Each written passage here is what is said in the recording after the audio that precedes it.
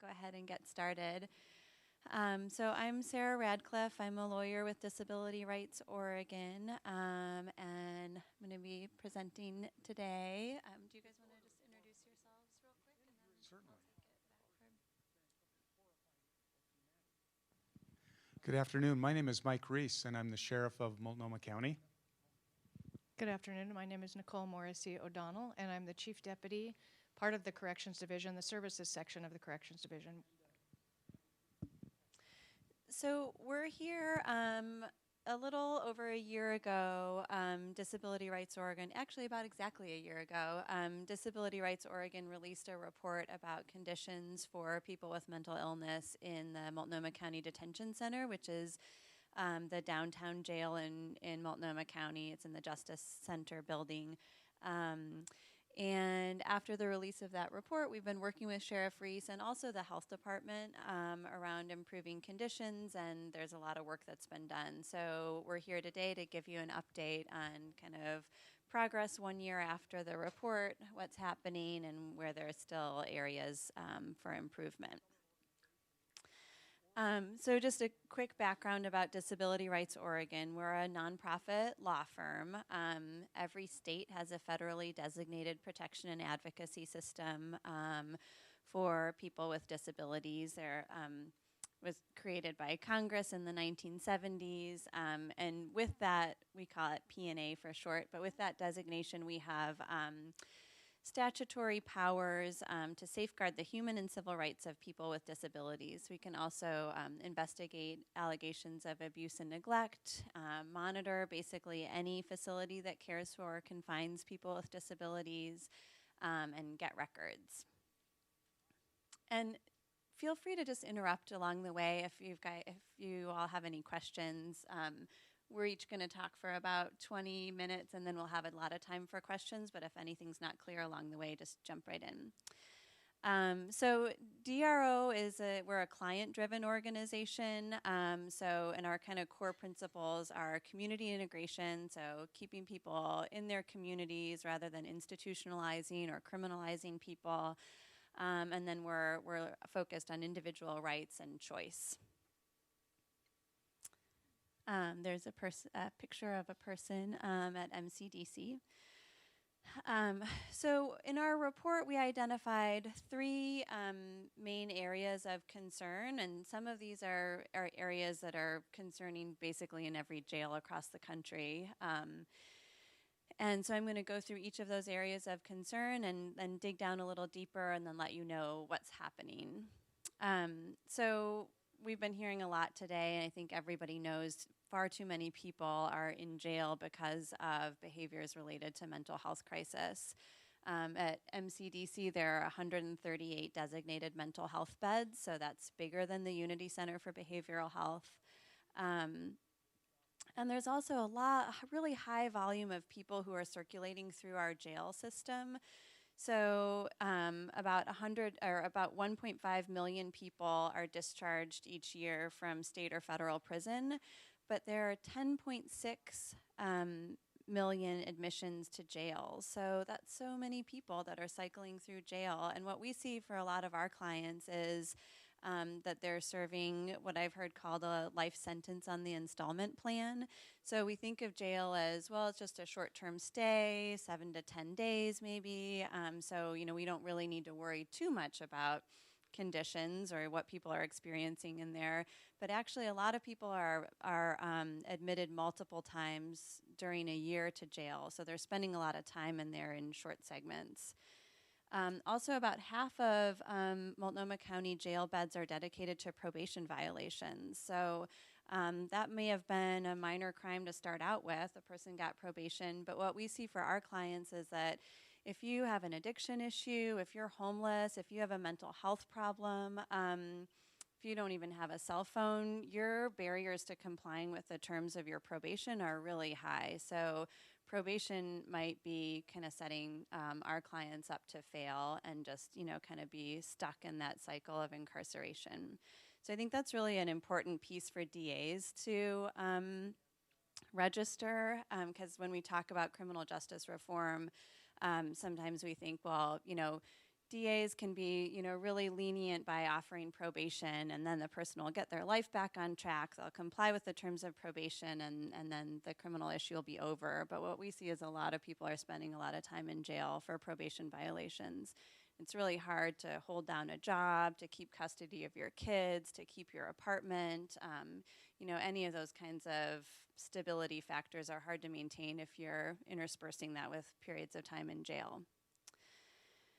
I also want to address, I think we should all be skeptical when we hear the term forensic population, because really, whether you end up in the criminal justice system or the clinical system, I think has a lot more to do, with all kinds of demographic and social factors, and it really has to do with whether a particular behavior that you're engaged in is criminal or mental health related. I mean, there's really a lot of crossover between these two systems. And it's important to be aware of the role of race. So African Americans are about 6% of Multnomah County, but are 19 to 20% of people who are booked into Multnomah County jails. And the one study that I'm aware of that that looked at mental health in Multnomah County jails found that in that particular sample, which was a random sample, African Americans made up 40% of people in the jail with serious mental illness.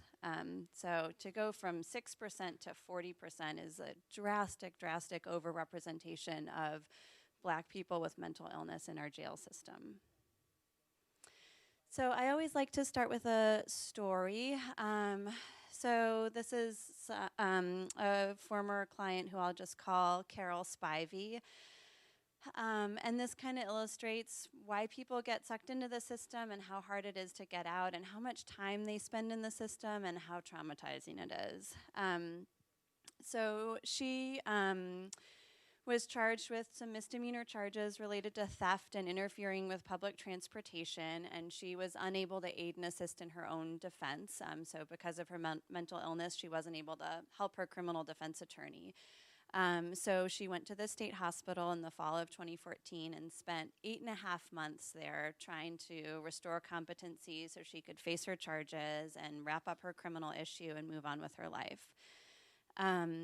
She would have been really receptive to any services that might have been made available to her. Things like she had a history of homelessness, so she was discharging to homelessness. She would have loved to get into housing, to have community mental health services, to get into addiction treatment, anything and everything. She really was motivated to try to regain custody of her kids. But as is the usual when people go through the competency restoration process, after 8.5 months in the state hospital, she was competent and she was discharged to nothing. So she was homeless. She was struggling on the streets. So after that discharge, she was out for 2.5 months, and I looked at her OHSU records. She presented at the emergency department 7 times during that 2.5 months. On the final time, she came to the ED saying that she had been sexually assaulted. They did a rape kit and a CAT scan because she had a head injury as well, and then she was discharged. 6 hours later, she was found sleeping in a different part of the hospital, and the hospital police ran her name and found that, guess what? A warrant from over a year ago hadn't been cleared, even though she had been through the whole system. So she was arrested on that old warrant, another interfering with public transportation warrant, and she went back to jail. She spent 4 months in jail before she was found not competent to aid and assist and sent back to the state hospital where she spent another 4 months. So it's just months and months. And, to look at her jail records, and this is from the fall of 2016, so we're talking, I guess, a 1.5 years ago. But to look at her jail records is just crushing. She was in solitary confinement. She wouldn't shower. There are notes saying that her room and her person smelled like a dumpster. She was often noted as, quote, too unstable to walk, which means that her psychiatric symptoms were so intense that deputies felt it wasn't that they couldn't let her out of her cell. And we all know that solitary confinement exacerbates mental health issues. So the more she was kept in her cell, the more, the worse her condition got. So I think it's important to just like grapple with that reality of what it's like for people in the system. So how do we decriminalize mental illness? So that was, when we wrote the report, we really wanted to focus on the continuum. So it's not just jail conditions, it's how do we keep people out of jail? One point that it's important is that decriminalizing mental illness means no criminal charges. So that's my confusion around mental health courts as playing a role of decriminalizing mental illness. I'm not quite sure how that works, because if you're in court and you're facing charges, then even a specialty court seems to be part of criminalizing mental illness to me. But a few principles to keep in mind. So care should be community-based, not in a jail, not in a hospital. We need to make sure that that continuum of care is available. Trauma-informed, meeting the whole needs of the person. We need more care that's available that's based on a harm reduction philosophy. So meeting the person where they're at and providing whatever services they are interested in receiving, allowing them to kind of set the vision for what they want to see in their lives. So that's kind of the big vision. How do we kind of get into the weeds and figure out what decriminalization would look like?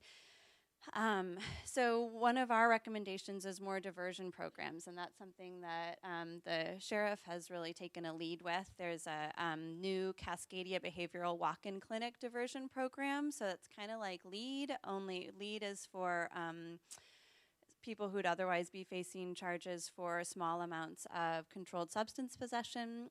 This diversion program is for mental health-related charges, so trespass, disorderly conduct. So I've kind of gone through and made some columns. So what was the recommendation? What's happening on that front? And then what are kind of issues that are still percolating that we're thinking about? So it's important to have good data to track these programs to see whether they're effective. We also need to be mindful that any program that's driven by individual officer decisions, officer discretion, is going to allow a role for bias. And that's not, I'm not calling out law enforcement in particular necessarily, but we just see in any system where you have individual discretion, you're gonna have bias. So we need some kind of system for counteracting the role of bias. There's also a lack of community resources. Any of you who work in this field know that it's great to keep them out of jail, but then what? Is there housing? Is there community mental health? So we need more community resources. Am I going too fast, or is this pretty good? Okay. So our other recommendation around diversion is jail gatekeeping. So the jail has an obligation not to admit anyone whose physical or behavioral health needs the jail's not equipped to meet, which sounds good in principle, but actually the logistics of how to make that happen are tricky.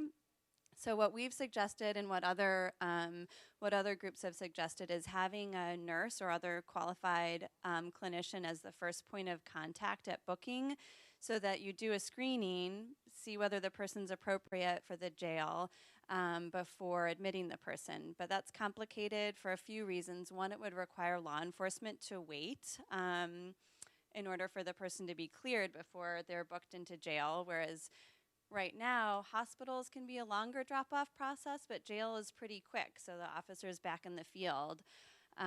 This would make that longer. There's also just architecturally isn't really a place for a confidential appointment to happen. The booking at MCDC is like an open booking process, so people are booked and then are going through kind of the various things that need to happen. So some logistical issues there, but we think it's really important to keep people out of, kind of guard that front door of jail, because once the person's in custody, the options are, it's kind of like that train has left the station. There are a lot fewer things that can happen. What we've also seen work in other communities is a non-hospital behavioral health crisis center. So, like the psychiatric crisis center in Salem is a good model, or Centerstone in Clackamas, and that's a place. Ideally, it would be 24/7, and it would have some housing or respite housing or shelter available, and that would be a place for people who don't meet hospital level of care criteria but shouldn't be in jail and need something. So that's really kind of a gap in our current system. And more housing. So let's see. The second issue that we looked at is, all right, once people are in jail, we know there are way too many people in jail with mental illness. Once they're in there, what do they experience? And pretty much the de facto placement for people with mental health issues in jail is solitary confinement, because their behaviors make it hard for them to get by in general population. But people with mental health issues should not be in solitary confinement. There's a lot of research on how detrimental solitary confinement is for people's psychological well-being. That's what a cell looks like at MCDC. So we made some specific recommendations around ending solitary confinement. The first one's pretty obvious: increase out-of-cell time. So let's try to get people out of their cells more. A year ago, people with mental illness, so there are 138 people in the jail in units designated for people with mental illness. They were getting out sometimes not at all, sometimes 15 minutes a day, an hour a day. Now the sheriff's office has changed policy so that they should be getting out 2 to 4 hours a day, and if they're not given that 2 to 4 hours, then that should be documented and a supervisor should approve, correct? So that's an improvement. It's 2 hours out of cell a day is still kind of, under most definitions, considered solitary confinement, so it's a far stretch from the ideal. This same population of people, so the aid and assist folks, are going to the state hospital, and when they're at the state hospital, nobody's locked in a room without a doctor's order. So we'd like to see more, but that's an improvement. And so what are the challenges? Why is it so hard to get people out of their cells? The staffing ratio is important. The architecture at MCDC makes it really difficult to get people to and from one spot versus another. It's a lot of elevator rides. It's a high-rise building. The recreational space requires an elevator ride. So those are some challenges. And then I think also, jail is just not a therapeutic environment. And I think, we certainly wouldn't object to painting the walls or piping in music, doing some of these things to soften the environment, but you're never going to make jail a therapeutic treatment environment, and I don't think it can ever be trauma-informed, partly just because, of the power differential between staff and inmates. We also wanted to see increased access to health care and mental health counseling. Some programming has been introduced at MCDC. Also, a mental health sergeant and deputy were hired, which allowed the clinic hours to be doubled because there is more availability of escorts to and from the clinics. There's also some new medical staff that was hired, mental health staff that was hired. So those things are real improvements. The architecture still remains a barrier. There's no space on the units for confidential appointments with clients or for programming, so that's still a challenge, which brings us to, that's a picture of a food port or cuff port at MCDC. When we did our investigation, a lot of the contact with mental health staff was happening via one of those cuff ports. So it's hard to make eye contact. It's hard to hear your client. It's hard for them to hear you. There might be a lot of other background noise. So the architectural barriers that I've referred to are the reason that one of our recommendations was move people with mental illness out to Inverness, where there's access to fresh air and outdoor space on every unit. There's access to programming space and space for appointments. This is an idea that hasn't been supported, mostly because of the just kind of logistics with the physical space at Inverness. They're either large dorms or there's a large cell block unit, but it's probably too large to house a lot of people who are experiencing active symptoms. Okay, this is the last area. Sorry, I feel like this is like a wall of words. Thank you for for sticking with this. So we found that people are put in conditions that are known to exacerbate their symptoms, and then when they experience those symptoms, it was responded to with punishment and force. So we looked at 3 varieties on that theme: restraints, violence, discipline, and punitive suicide prevention protocols. So we looked at restraints. When we investigated, 61% of the restraint incidents were designated as voluntary, which the sheriff's office agreed was seemed a little funky and suspicious. And also African Americans made up 34% of people who were voluntarily restrained, so a big race disparity. So now the jail no longer considers any use of restraint voluntary, and that's important because it's an incident that would be reported then and would go up the chain of command review. And also the jail has cut its use of restraints in half during 2017. For anybody who's familiar with restraints in a clinical setting, though, jail restraints still feel pretty bizarre because there's no clinical involvement necessarily at all, and it's just much, much less regulated than in a clinical setting. That's a restraint chair. We were also concerned about violence against inmates. MCDC houses a third of jail staff, or of jail of jail inmates in Multnomah County, but accounts for 83% of the uses of force. And what the sheriff's own consultant found was that probably these incidents involving uses of force are driven by excessive lockdown time, because if you close somebody in a cell for a long period of time, that tends to make them feel amped up. They don't have an outlet for it. It just kind of fuels a bad cycle. So the sheriff's office has done some CIT training, de-escalation training, suicide intervention training, mental health first aid. So those are some positive improvements.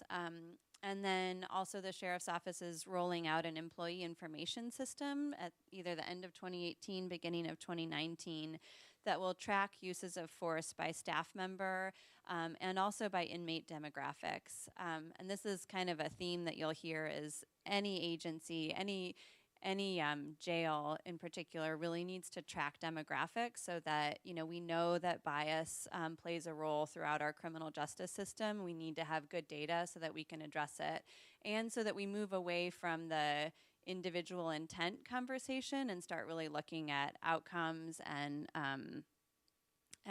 disparate impact.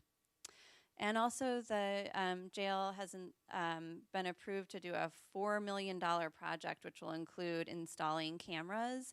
Most modern jails have cameras that record. MCDC didn't have cameras that recorded, so it was really hard to prove an instance of officer misconduct or anything else that might happen in the jail. On the issue of discipline, we also found, the sheriff's own expert found that use of discipline seemed excessive. A lot of disciplinary hearings, also disproportionate representation of African Americans in the disciplinary process. What's happening on that front is, so the employee information system will also track staff discipline. And the mental health sergeant is reviewing whether the behavior that gave rise to the discipline was related to mental health symptoms. And there's also a hope that if people are out of their cells more, that's going to help more with behavioral issues.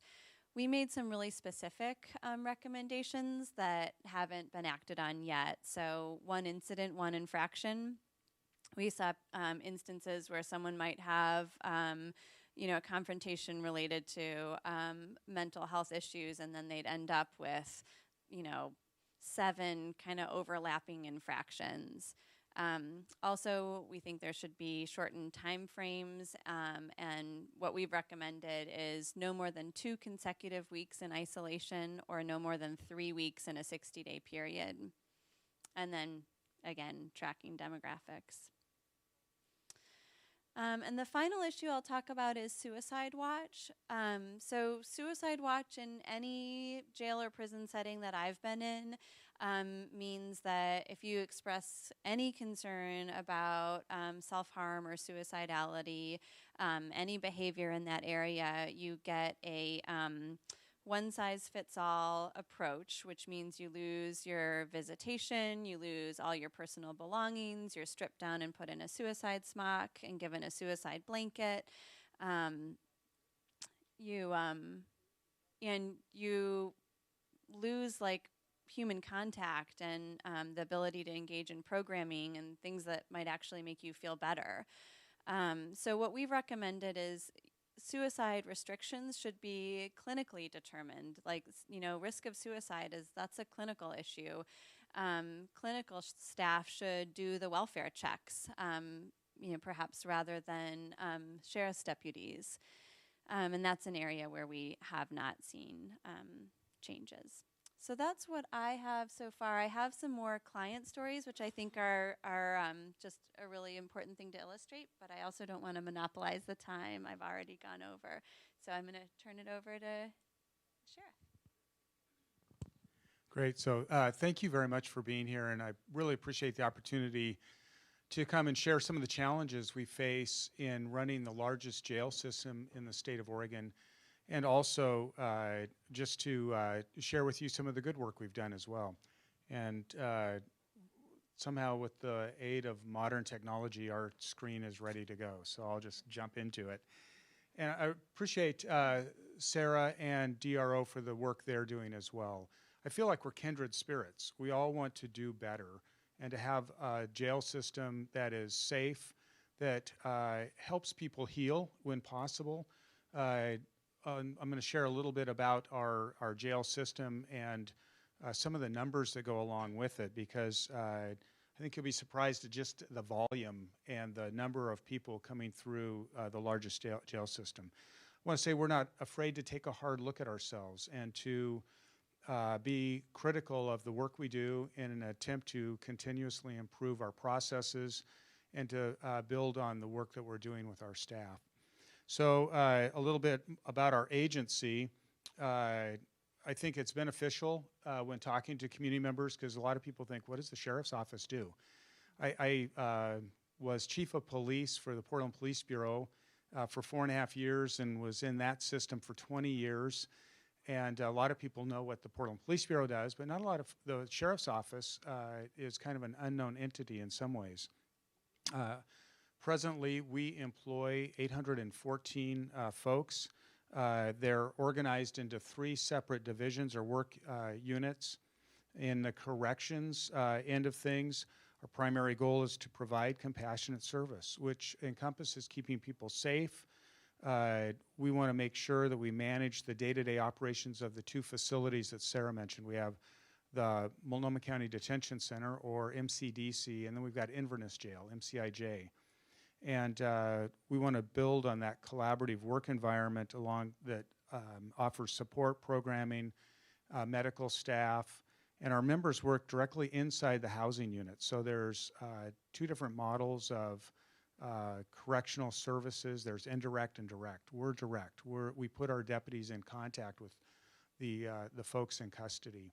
Now, just to keep in mind, the sheriff's office has the correction side of the house. County Health has the corrections health side of the house. So while we work hand in hand with our healthcare partners, they actually are part of a chain of command, if you will, of another part of the county organization that we don't actually control or fund. And so I think that's one of the challenges for us in providing service to folks. And then we also have a large and growing law enforcement responsibility. Its primary goal is to provide round-the-clock professional law enforcement services, the kinds of things you think of when you think of policing. So we have one of the largest police departments in our deputy sheriffs that patrol contract cities such as Wood Village, Troutdale, Fairview, Maywood Park, and then those large unincorporated areas of Multnomah County. So all the way out to Scappoose on the west side and Dunthorpe and near Lake Oswego, and then all the way to Bonneville Dam and Hood River and that iconic gorge area that we all love. We take about 6,000 calls for service in our patrol area, and we have 280 square miles of patrol service, 110 miles of waterway that we provide river patrol. We do the civil process out of our law enforcement division. So when the court has matters that they want to have folks taken care of, like restraining orders, we're the deputy sheriffs that do that work. And then we've got about 3 million visitors to the gorge. And we know we're going to have some challenges this year after the Eagle Creek fire, because a lot of that area is really damaged, and people are going to want to see it and hike it, and some of it isn't safe. So we've got that responsibility as well. And then finally, our our business services division provides a professional support to the agency. Everything that's not directly related to custody or enforcement, the fiscal services, the training unit, planning and research, IT, all of the background things that make an agency that's as large as the sheriff's office operate. I want to just mention to you that we have in the corrections side, the Portland Police Bureau is the largest provider of folks to us, but we service the entire county. So we have adults coming into our custody from Portland Police, from Gresham, from our deputy sheriffs, from parole and probation. So there's a lot of ways, U.S. Marshals, a lot of ways for folks to come into our custody. We book 35,000 people every year. So we got a lot of folks coming into our booking facility, which is in the basement of the Justice Center. And that's one of the areas where there is unfortunately more force than we would like. But to keep that number in a little bit of context, we book 35,000 people. So you can imagine our daily volume is pretty high. We only use force on average once a day in our corrections division, anywhere in any of our facilities, including the booking facility. So force is a very small part of our overall work that we do.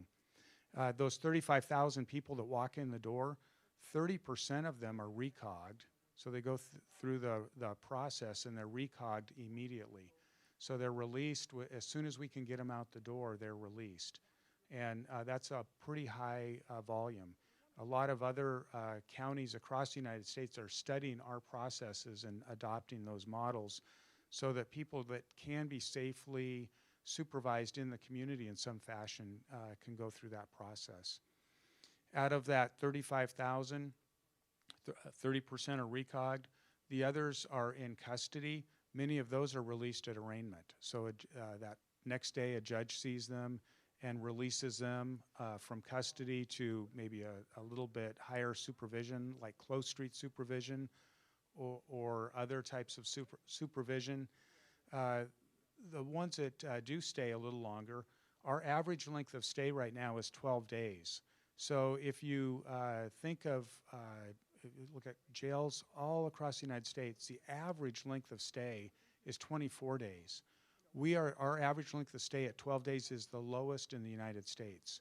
So if the gold standard is getting people out of custody, we're on that podium. And there are very few jurisdictions that release people that quickly. Many jurisdictions hold people 30, 40 days. That's our average length of stay. So I expect our staff to, I call it relentless compassion. I want them to treat people with dignity and respect. Our agency has to embody the concepts in procedural justice, where we're focused on providing compassionate care. We treat people with dignity and respect. We listen to people, and we want their voice to be heard in our processes. So at the start of that, I'm going to share a little bit of the challenges of managing a large, complex organization.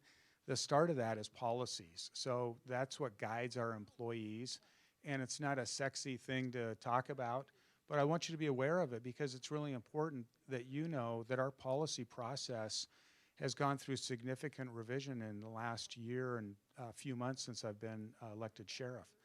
We allow for stakeholder input. So our policies are on the website. We put them out as we are revamping our policies. We put them out for your input. And we give them to specific organizations like DRO and the ACLU and other groups that we know have interest in certain policies to review. Our restraint policy, so that's a really important part of what we do is restrain people. So our restraint policy is going through that revamp right now, and it's on our website for public review. As well as that public review, we also have our employees and an opportunity for them to respond and provide their insight. And then our labor organizations. We have 3 labor organizations that our employees belong to at the sheriff's office, and we encourage the labor review as well. And those processes then make for a better policy process for us. It's been in place for a year, and we've had a lot of substantive matters that we've been that have reviewed. Our confrontation management, we call it use of force, but really it guides our employees in de-escalation and other tactics that they can use to use less force. That's a new policy for us. We have a prohibition on bias-based policing that follows the new state law.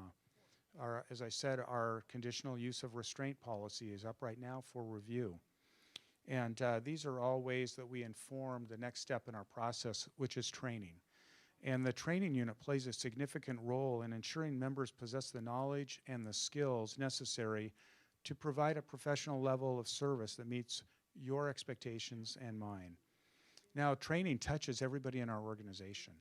We're very fortunate that our chair and our commissioners support this work and have provided additional revenue to fund enhanced training. And Sarah touched a little bit upon it, but this past summer we put all of our corrections folks through mental health first aid, and we taught them new de-escalation tactics to help them in their work inside of our jails. We want to make sure that our processes are informed by court holdings, new laws, certification. We've got somebody here from DPSST. They do the certification processes for us for both corrections and our law enforcement folks. Best practice, we're constantly looking at what other jurisdictions are doing, and then of course meeting your expectations as community members. We also have audits, and if you go to our website, you can see the DRO made recommendations. At the same time, we brought in an expert from the National Institute of Corrections, which is part of the Department of Justice, to do a review of our corrections division. And then every year we have a grand jury that reviews our jails. So those all happened within a fairly short time frame. They touched on a lot of common themes, and so we coalesced those recommendations into one audit package, and we put it up on our website. So you can go there and you can see exactly what we're doing, what we are, where we're at in that process, and the timelines for accomplishing some of the things that are still outstanding. We have a 180-day training plan. So we just met yesterday with the training unit and talked about we're in a 6-month training window now. What does the next 6 months look like? What is it that we are trying to accomplish?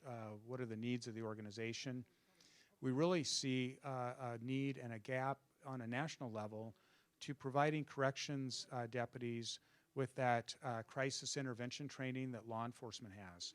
And Nicole will talk a little bit about it. She was our training unit manager before her promotion to chief deputy, but we scoured the United States talking to other professionals in corrections saying This is that Memphis model that police officers use has really changed the dynamic on the patrol side. What's out there for corrections?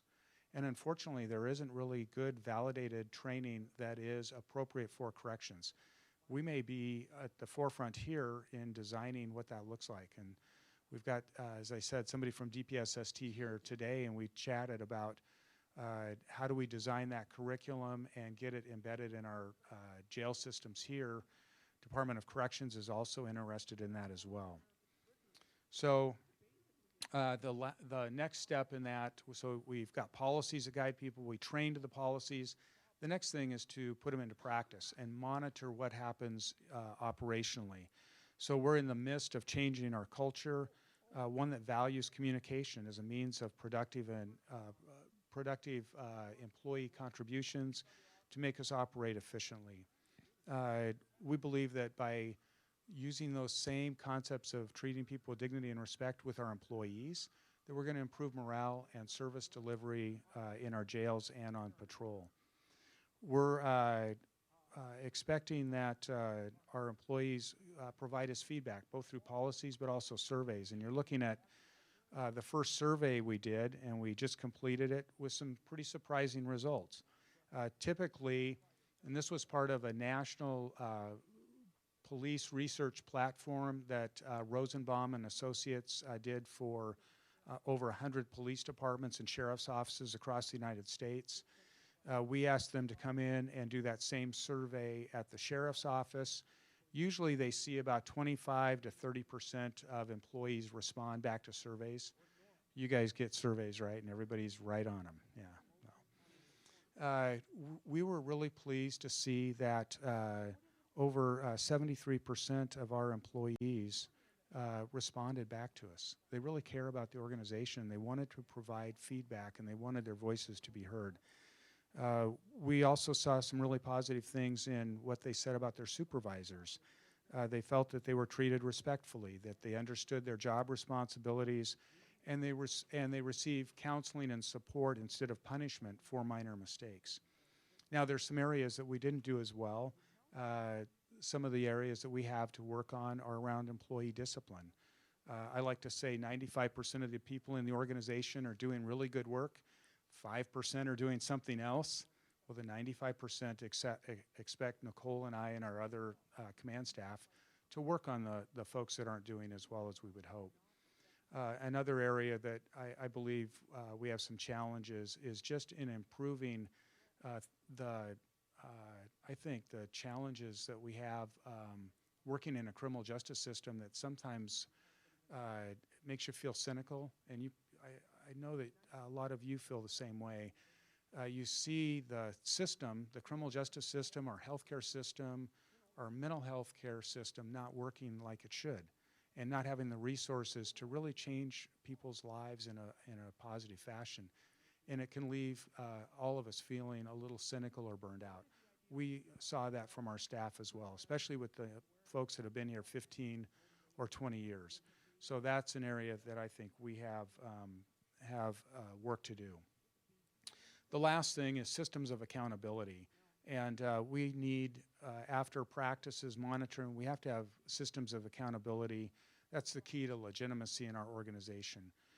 They inform our professionalism and then lead to changes, and that cycle starts all over again about policy, training, practices, systems of accountability. They all interlink. We all have to be responsible for our actions, and we're actively recruiting. So if you know folks that want to be a member of our organization, we're looking for people right now to jump in and do this good work. Our frontline supervisors are a key to this. They contribute a lot to our service levels through their daily management. This year, as Sarah said, we're bringing on an employee information system that compiles information from a lot of different data sources that then supervisors can tap into to see how we're doing. It'll measure performance all the way down to the individual employee level so that we can see that we're doing better. We have a professional standards unit that holds us to the highest standards of integrity by assessing our practices and appropriately addressing complaints through a formal IA process. they report directly to me. I really believe that that direct report of our internal affairs processes to the sheriff is true accountability, because frankly the buck stops on my desk, and that's where, when holding people accountable, it's a complicated process. You work through labor agreements and state law and county policies, but at the end of the day I have to be able to hold folks accountable to the standards. So with that, I'm going to turn it over to Chief Deputy Nicole Morrisey to speak about our operations and the adults in custody that we're working with. Thank you. Good afternoon. In the past year, Multnomah County has made serious strides in establishing pre-booking diversion options around the biggest behavioral drivers in our jail population. Those include homelessness, substance abuse, and mental health.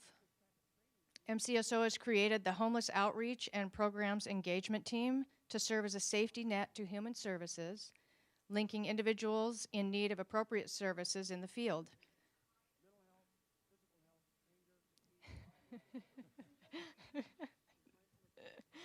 Additionally, the Law Enforcement Assisted Diversion is an outlet for drug treatment, while the Unity Center is a mental health emergency services facility. Mental health diversion aims to support these efforts by focusing on subacute individuals with charges such as trespass. While an officer has probable cause for an arrest, they also have discretion to divert the individual from jail. The individual in custody must consent to the treatment over jail and authorize sharing of limited information between the mental health provider and the district attorney's office to ensure that help is pursued and that their charges may be dropped as a result of participating. While these efforts are in their infancy, there is much for the criminal justice system to learn from these efforts in the near future. Additionally, post-booking diversion options have been long established, with MCSO having the most influence over our closed street supervision program, which is an alternative intensive supervision program that provides pretrial services to those facing Measure 11 crimes, domestic violence cases, and clients with mental health concerns. Deputies interview defendants and conduct investigations to present to the court and assist judges in making an informed release decision. This program supports both offender accountability and reentry of the offender into the community.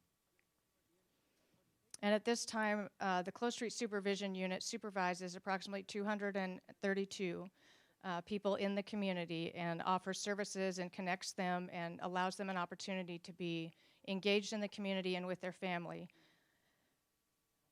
With our facilities, MCSO manages 2 corrections facilities, which you have heard about briefly, which were built both in the 1980s. As we work with our partners in Multnomah County to create longer-term facility strategies, we are working in short-term to ensure our facilities promote personal safety and health. We appreciate that architecture may calm the conduct of adults in custody by reducing physical barriers that impede interactions. It ensures clear sights into all areas and incorporates design elements that promote positive behavior. Our members consulted with the Unity Center to improve one of our housing areas for mental health individuals.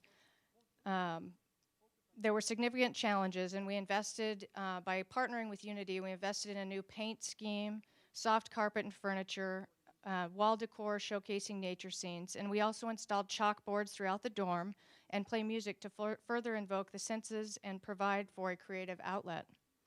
In the spring, MCSO will make over the visitors lobby at MCIJ, also to promote family visitation and emphasize communication.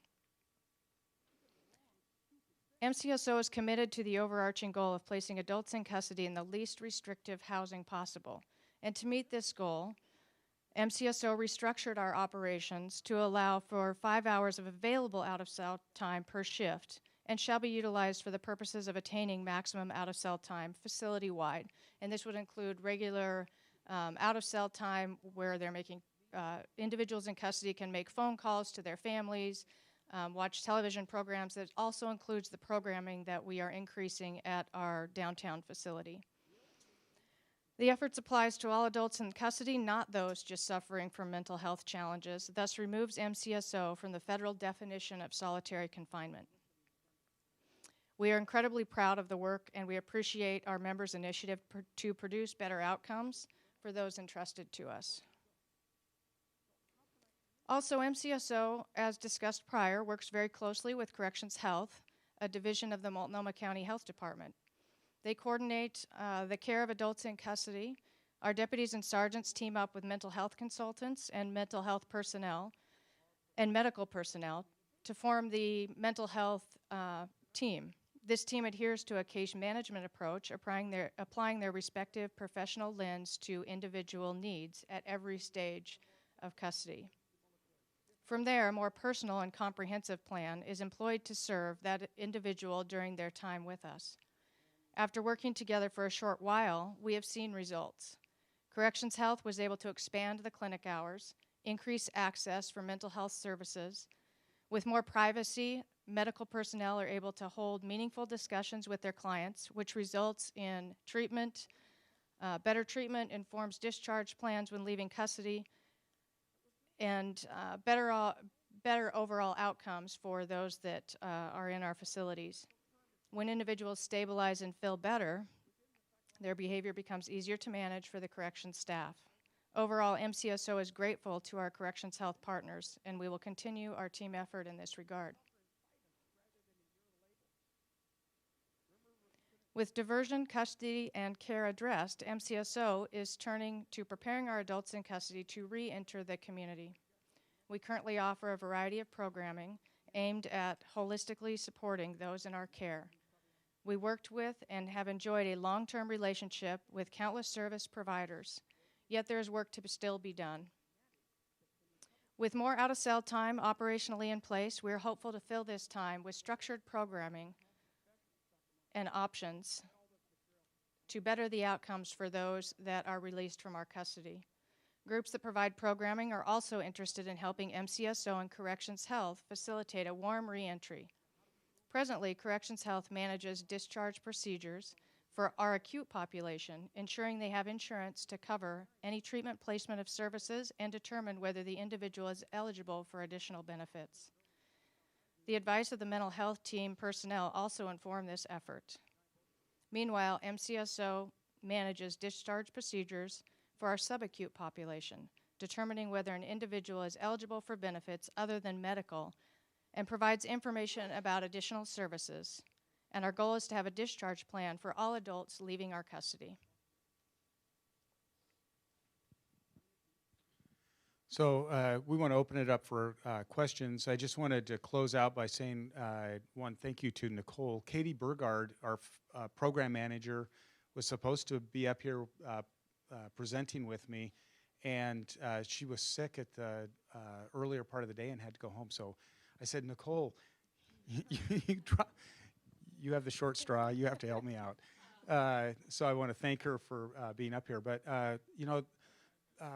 there are a lot of huge challenges and barriers to the work we're trying to do. And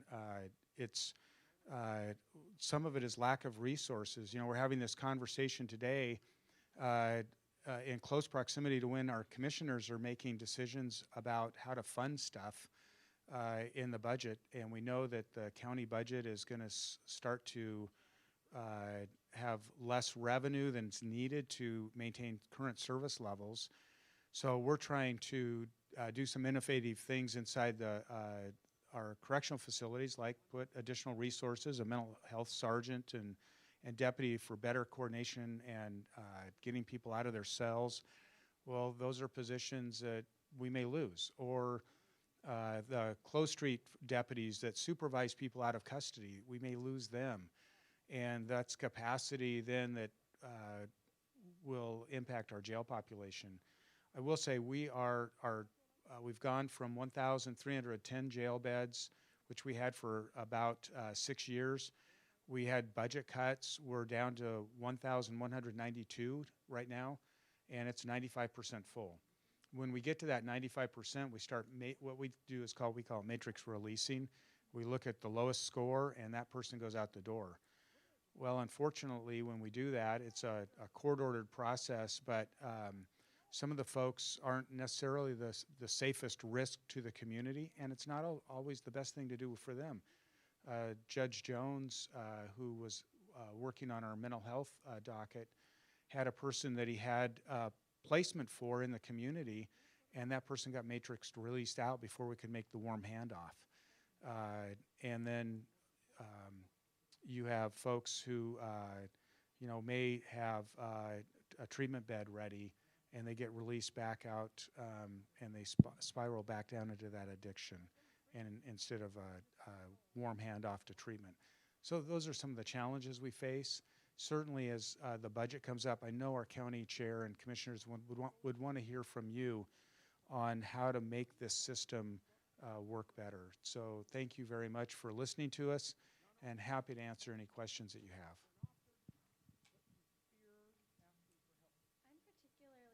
Interested in hearing from people who have firsthand experience, either working in the jail, spending time in the jail, spending time in other jails, family members in jails. So please, everybody, of course, feel free to chime in, you folks in particular. Sure.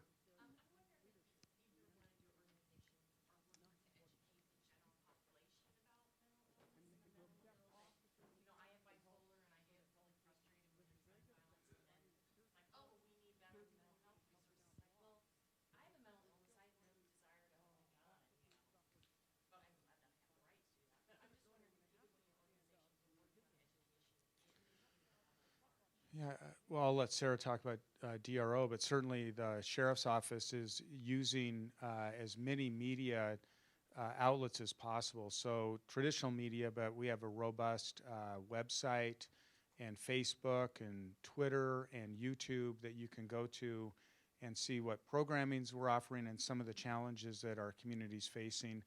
A lot of the efforts that the local Public Safety Coordinating Council are engaged in are open to the public. So you can come to those meetings and see what all of the system providers are doing to make our criminal justice system work better in a more collaborative fashion. Yeah, and DRO does a pretty good amount of communications work, so working with media and putting information out through our channels. But yes, people who have a diagnosis of a mental illness are much more likely to be a victim of a violent crime versus a perpetrator of a violent crime, and we definitely want to speak out against scapegoating of people with mental illness.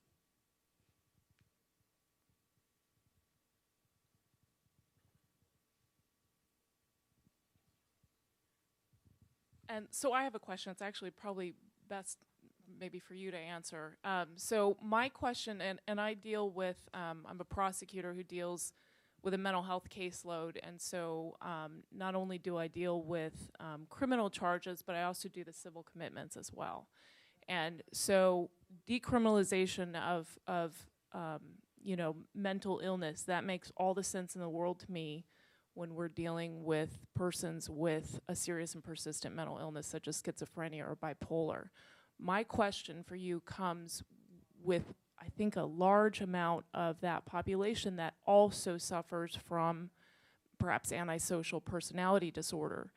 And I think what that creates is it makes that particular population that have both issues highly unlikely to be able to voluntarily participate in treatment because of lack of insight and because of, on the other side of it, manipulative or criminal behaviors.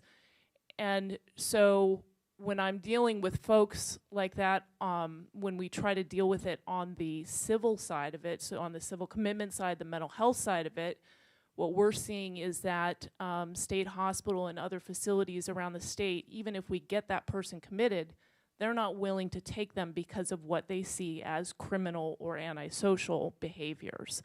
And so that kind of leaves jail as our only route to kind of dealing with the public safety issue. And so I'm wondering if you have, I think that's a pretty common issue, and so I'm wondering if there's any, any help for that situation.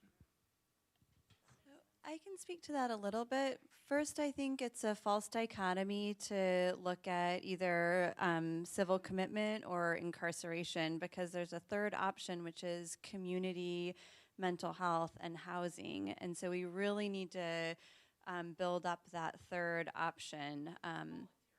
which is voluntary, but I think, personality disorders, and I'm not a clinician, so, but personality disorders, from my experience and what I'm told, tend to correlate with a trauma history. And I think people have a lot of trauma related to their experiences with coercive care in hospitals and their experiences in jails. And I think we really need to create options that feel safe and welcoming and trauma informed, and where we're providing the services that the person's willing to receive, even if that's just seeing a podiatrist or getting clean needles or a safe place to stay.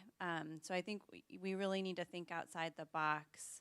But I'm not sure if that really addresses the personality disorder diagnosis. That's something that I've struggled with in my own work too, whether to what degree do I buy that access 1, access 2 distinction.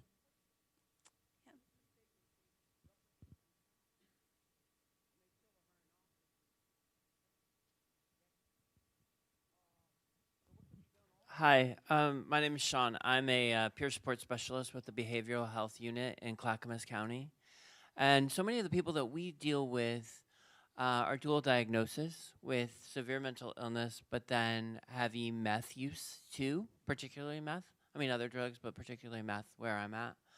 And what I've seen the jail system out there do, which is kind of a fail, is that like they'll treat the criminal part, but then there's not really a plan for the mental illness part, and then not really a plan for the addiction part. So it's just to like pick your brains, like what, in your mind, how would that all work together? Like how could you help all three of those kinds of problems? You know what I'm saying?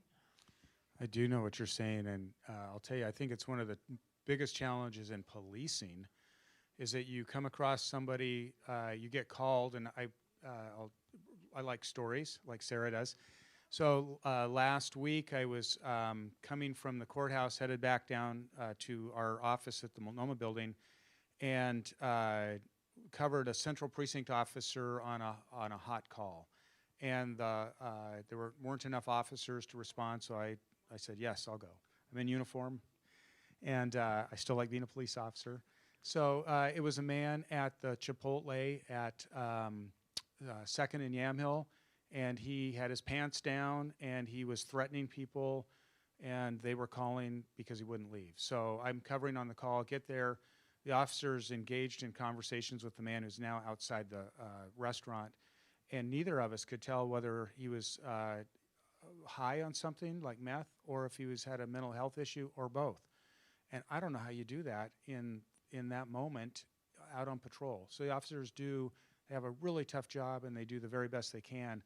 Well, the same thing happens often in our correctional system, especially when, in our system where we're 30% of the people that walk in the front door are leaving as fast as we can process them. Unless it's a fairly significant issue, a lot of them are going out the door without any real discharge plan.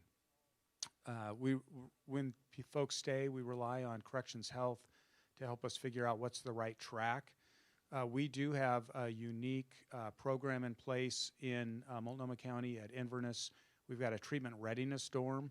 So folks that are adjudicated and they're likely to be, or we call them, they're part of the Justice Reinvestment Program. So people that would have gone to jail, to prison, we're now trying to hold them locally and get them into treatment to break the cycle of criminal behavior. Some of it is around addiction, some around mental illness, but we have a treatment readiness dorm for folks that are going to be discharged to treatment, and VOA is coming in and providing services in that dorm. So far, it seems to be working with that population. Some of them are dual diagnosis, and being around peers seems to help. And again, it's challenging work. So I don't have easy, simple solutions for it. One other, if I can just respond really quick too. Services in the community are reimbursed by Medicaid, medical services, but our jails and our state jails come out of the county budget. Our state hospital comes out of Oregon's general fund, and it costs $240,000 per person per year at the state hospital. And so for people who go down to the state hospital to receive competency restoration services because they're charged with a crime and they're not able to aid and assist their lawyer, 40 some percent of those folks are charged with misdemeanor crimes, and they can stay for up to a year at the state hospital on a misdemeanor crime.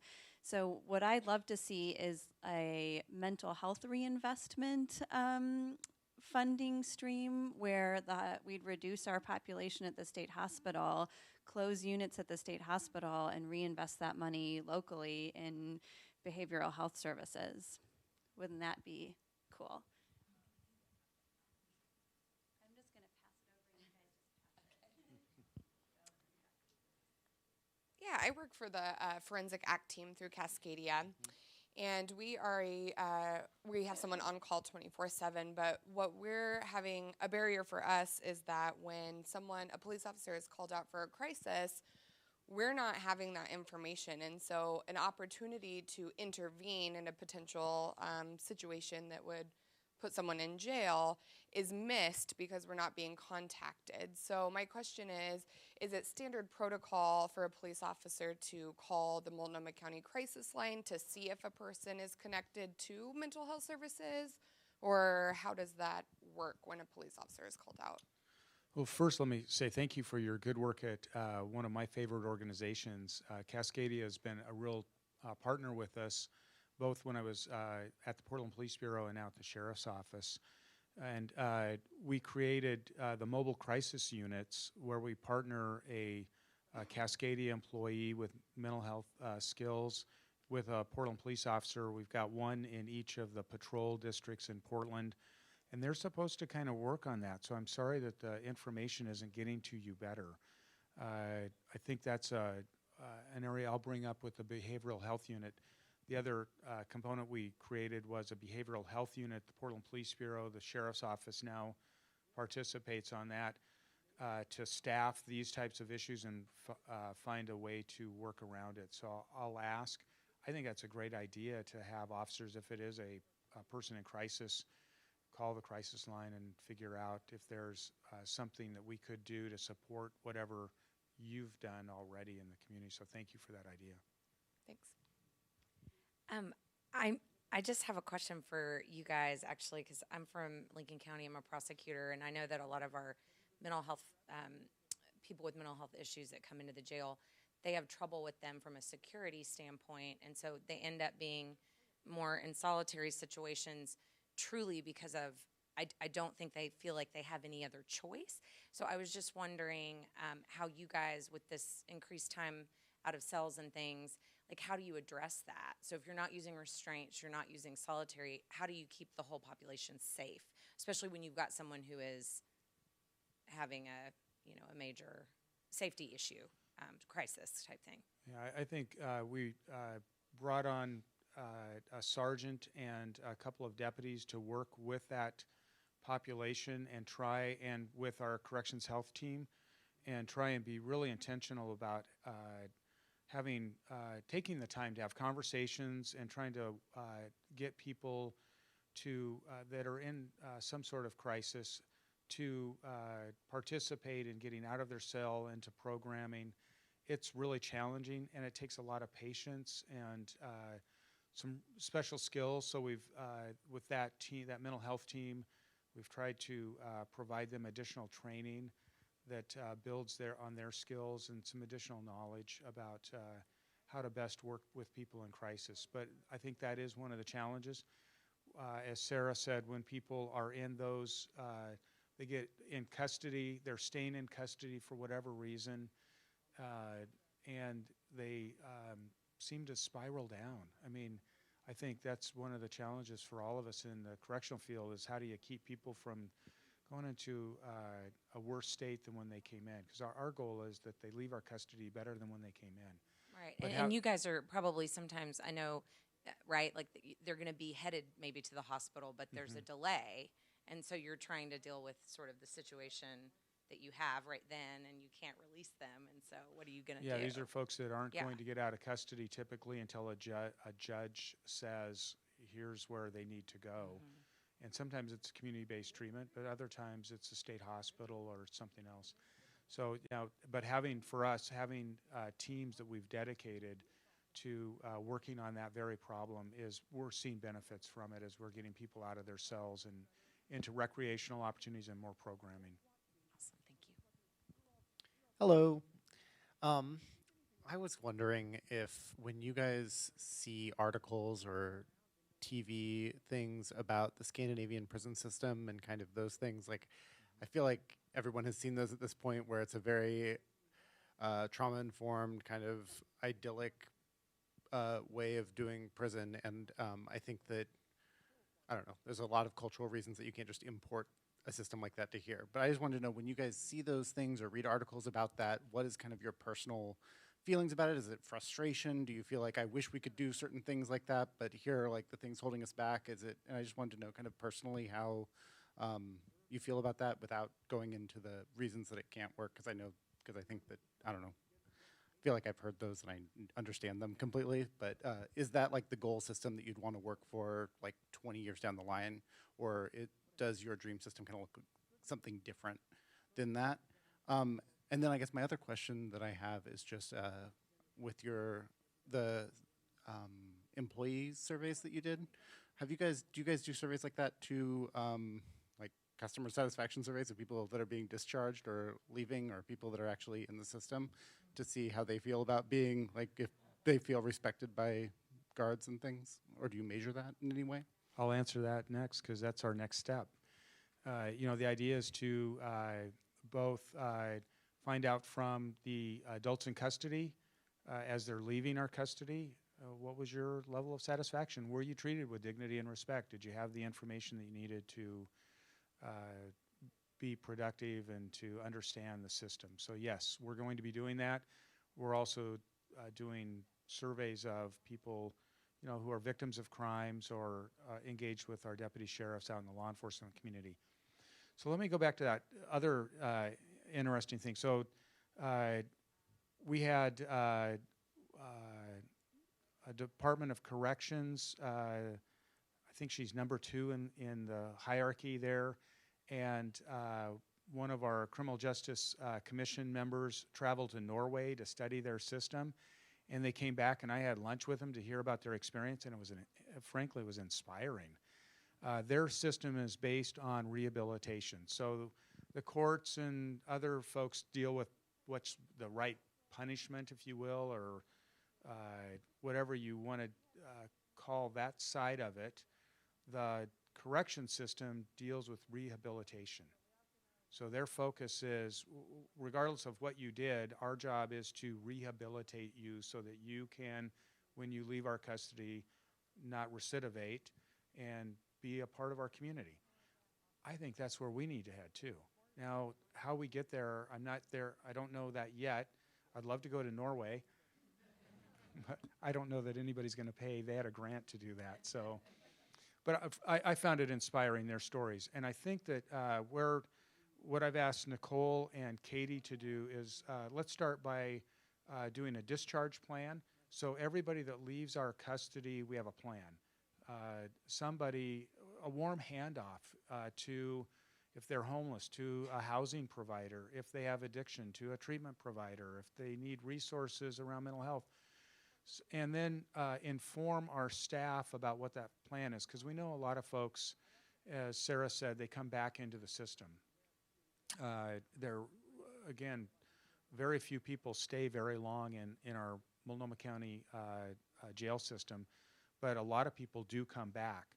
So I think it'd be really beneficial for our staff to understand what the plan is, for that person to understand the plan, and then we all work together on it so that and really from a healthcare model and from a harm reduction model, if that person got arrested 20 times in 2017, in 2018, let's cut it down to 5. And that we have a plan in place for everybody that comes into custody so that we're all working towards breaking the cycle of recidivism and helping people heal. And our focus in corrections is on rehabilitation, not on punishment, but on helping people be part of our community again. Yeah, I think that the two things that we try to push are, providing kind of baseline of services that people need, but that's really expensive. Like I said, state hospital, $240,000 per person per year. If we were to do that kind of budget on the scale of mass incarceration that we have in this country, that's not feasible. And it's not we could do that so much better in the community. So we really need to focus on reducing jail and prison populations so that we can use that money to try to help people while they're there. Other So you're telling me with $240,000 that someone that has a mental breakdown on the streets gets assessed. So you're saying this person does not have is not competent enough to now take care of themselves mentally or physically, and for $240 you're going to rehabilitate me to be competent for 1 year at the state hospital? What's 1 year at our jail? MCDC or MJ? It depends on the, I'll let you do the math, Art, but it's about $120 to $150 a day, depending on where they're staying in the facilities. Obviously, if they're at MCDC, it's more expensive because it's a higher staff ratio and single cell location as opposed to Inverness where we have dorms and you've got 57 adults in custody and 1 corrections deputy monitoring that. So, the cost varies depending upon where people are at in the system. Well, I think that's where some of that problem is. $240,000? Think about it, for one person. I mean, if there was more, and we hear it, more of that peer support needs to really be there. So someone that's had a mental breakdown before that's able to get them back to a self-sufficient way is in those state hospitals as well, so that because they know where they're going, they know where they've gone, they know where they're going, and they know what this person really needs in help. It brings a lot of that money down, and that's an outrageous fund. $240,000 for one person compared to almost like, what'd you say, 150 a day. Someone's there.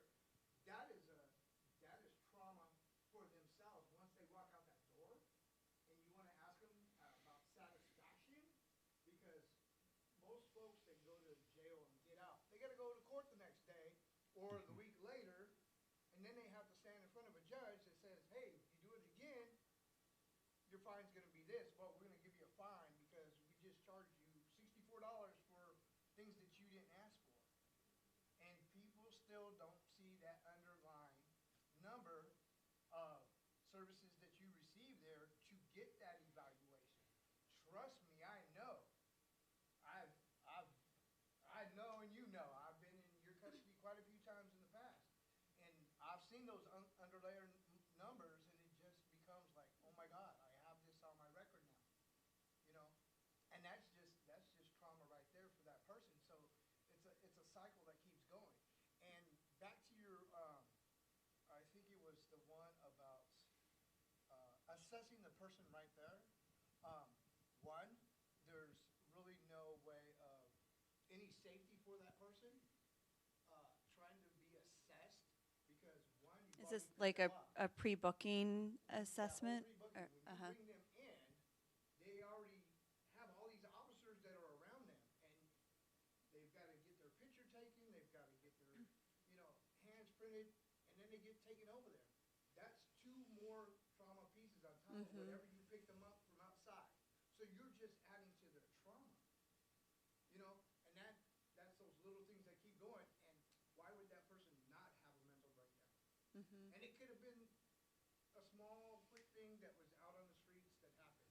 And to the guy's point, like the difference between a mental breakdown and drug addiction, it's the same way. It's got to be more of that warm handoff that you're talking about, but more in a peer support way, and not that, having that officer. That's where some of that has to be as well. Because they're not going to talk to the officer. The officer's got a gun and things of that sort. So they've got all these other things that are going on with them. So. Yeah, and I think, our DAs are elected officials too, and we can hold our DAs accountable to, if DAs are making charging decisions to charge someone with a misdemeanor crime when the underlying issue is mental health or addiction, they're throwing hundreds of thousands of dollars of state money down the tubes when that could be invested more wisely. I'm sorry, that's a very difficult one for me because I'm a DA assigned to the mental health docket. And the reality is, in my county, sadly, well, first of all, you have to remember there's victims of a lot of these crimes. So we have to consider them as well. And secondly, the sad reality is there are no mental health facilities in my county. So sometimes the only way to get someone help who's in crisis is, if they've committed a crime, to have them go through the system and get help that way. It may be the most expensive and it may be crazy, but it is the only way. And I literally have victims sometimes who are family members working with me on this. So I recently had a guy who was schizophrenic. He'd been in and out of jail, hospitals his whole life.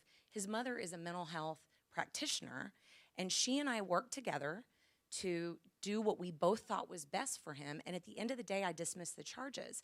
But without getting him into the jail, I couldn't get him the help that she and I both thought that he desperately needed and was refusing, frankly.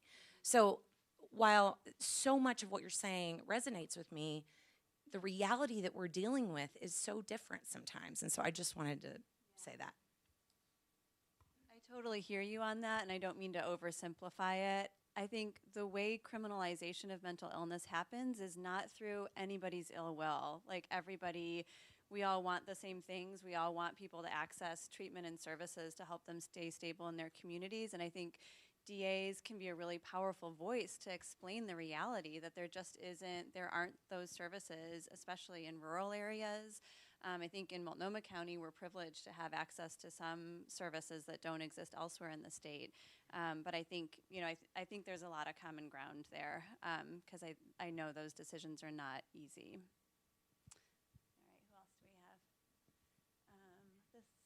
Douglas has had his hand up a few times, so back here and then up there. Ignoring me. No, but anyway, the state has a whole list of evidence-based practices that could go into. I understand the whole perspective that at this time, trauma-informed approach may not be appropriate for you, but there are others such as CPS or whatever that you guys could do. Not just meeting your needs or their needs, but coming to an agreement and meeting the needs of both and trying to avert jail time or something through active engagement, I guess, or in the community. And it's kind of like a diversion program, I guess. But anyway, it's good to hear that you guys are doing something because I've heard some pretty horrific stories about MCDC, and quite frankly, I was going to ask you about a few of them, but I'm glad that you are doing something anyway.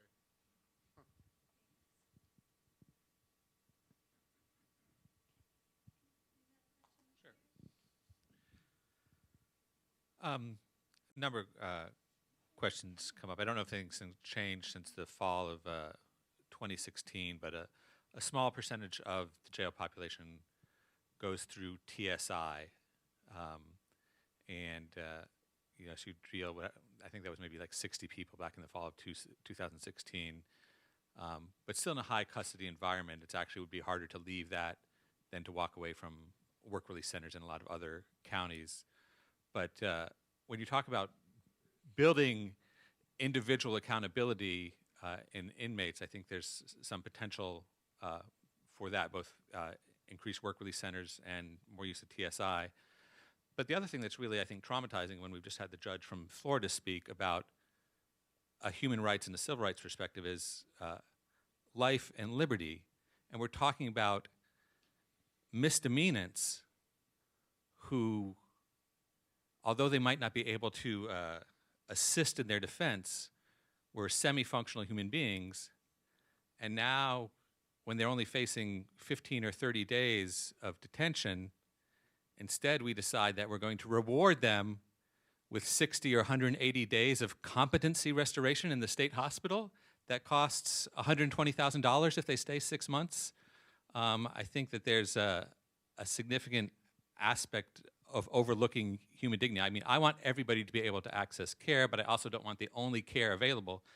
We have the lady DA from here, from Lincoln County, 41 people to OSH, but that's certainly understandable in a county that doesn't have any other mental health treatments. A bigger county, Columbia, only 13 people sent to OSH. So I'm lucky to live in this Multnomah bubble, but we also have to look at our neighbors and our brothers and sisters and fellow Oregonians and say, where are the services?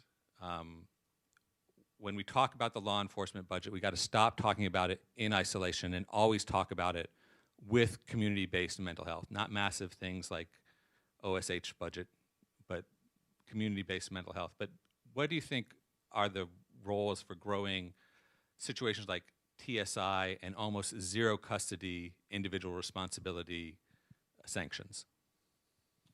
So for those of you that don't know, TSI is a program we have it's called Turn Self In, and it's an alternative for judges to use to traditional sentencing, where you're at court and the judge says, I'm giving you 30 days for your third DWI conviction, and we know if the person is taken into custody and spends the next 30 days, what's going to happen? Well, they'll lose their job. And in the past, we had a work release center in Multnomah County. Budget cuts, that we lost that. So we created a small Turn Self In program that judges can use. It's on weekends. So you're spending, if you got 30 days, you're spending the next so many weekends in custody. And we have jail staff that open up part of the jail just for that population. Anyway, it's one of the budget cuts that we're facing right now. So that program may go away in our current round of budget cuts. And it's another way for judges to allow people to stay in the community for most of the time, stay connected to their families and their jobs. But in budget cuts, our work release center's gone away, and this may go away as well. So.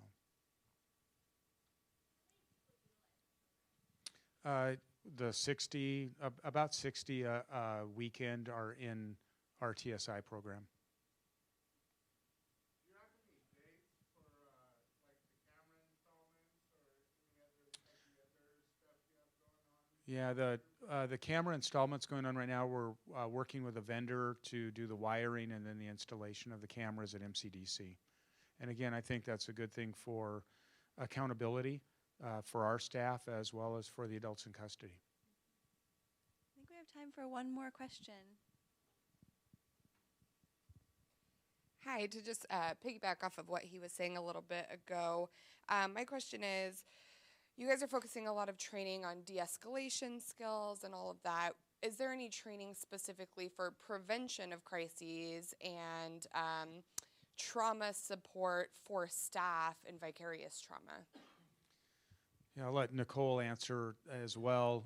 We have started to provide some of that information on staff well-being, and we've stood up a peer support program inside the sheriff's office. We had the traditional employee assistance programs, and we have a really vibrant chaplaincy program, particularly for adults in custody who are members of a faith community. So we have 52 volunteer chaplains that meet with inmates or adults in custody if they choose to.